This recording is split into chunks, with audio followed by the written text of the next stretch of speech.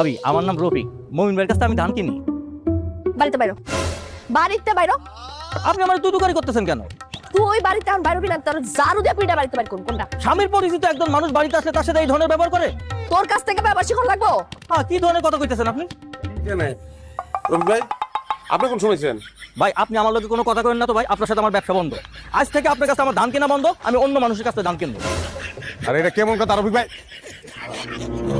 তুই আর কি কইছস? কি কইছস আরে? দুপুর বেলায় সে তোর যে অপমান করছিল মনে আছে? আর তোমার পরিচিত মানুষরা আমি অপমান করে বাড়িতে বাইর করে দিচ্ছি। বাস, প্রতিশোধ নেওয়া গেছে। কাটাকাটি সব বল। তোর সব বোধান বের করতে তুই কই যাস? যাস কই?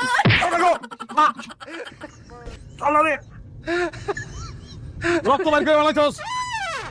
বাচ্চাদের বই অসুস্থ, আমার কাছে রক্ত চাইছিল, রক্ত দেই না, এই রক্ত তুই বাইর করছস? তুই কি ডাক্তার রে? আবার কিন্তু নাকটা কিন্তু অন্য রক্ত পড়তাছে।